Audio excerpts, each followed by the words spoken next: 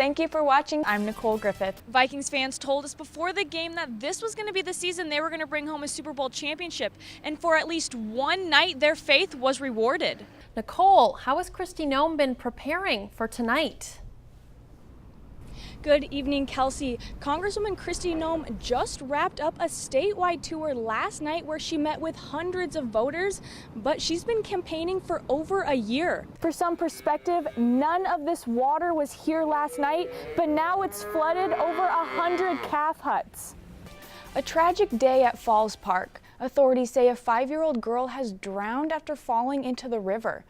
Sioux Falls Fire Rescue responded to a water rescue at Falls Park around noon.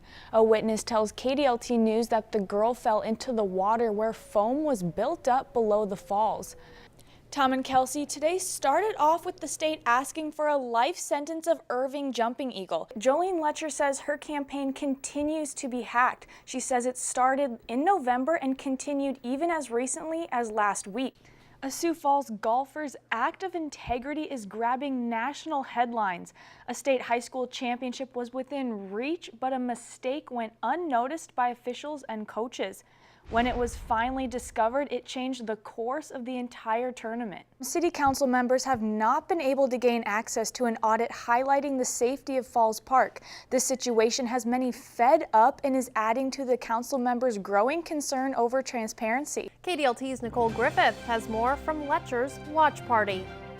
Thanks, guys. Unfortunately, not the way Jolene would have wanted it, but here I am with Jolene. And Jolene, what has this experience meant to you? It's been 25 years since Minneapolis has hosted a Super Bowl, and even those in the Sioux Empire are lending a helping hand. Ten Haken told me he's glad the campaigning is over and he's ready to get the job done. That begins tonight with the leading of the city council meeting. Winning a Super Bowl takes a team effort, but so does hosting one. Pulling off the biggest game of the year won't come without the help of a few volunteers. Thousands to be exact. Take a look. And may the force be with you.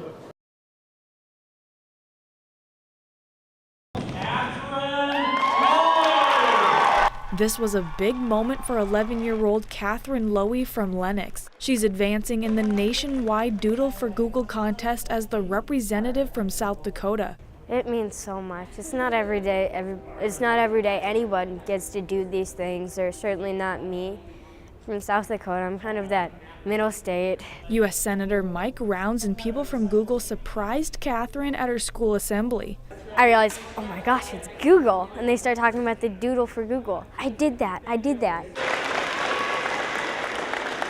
Google has hosted the contest for 10 years. This year's theme is What Inspires Me? They say they received over 200,000 submissions nationwide. Catherine says she entered her drawing in the contest last minute on a whim. I didn't think that I was going to get this. I thought I'd just be one of all the many people, but I got it.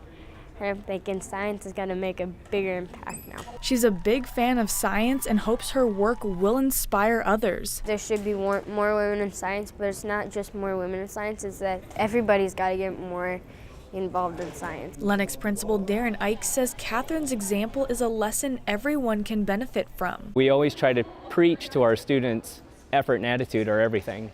And I think that she is a true testament that if you give effort and you have a positive attitude, anything can happen. Catherine's drawing is going up against winners from the 49 other states and 3 U.S. territories to possibly be the headliner for the popular search engine. In Lenox, Nicole Griffith, KDLT News.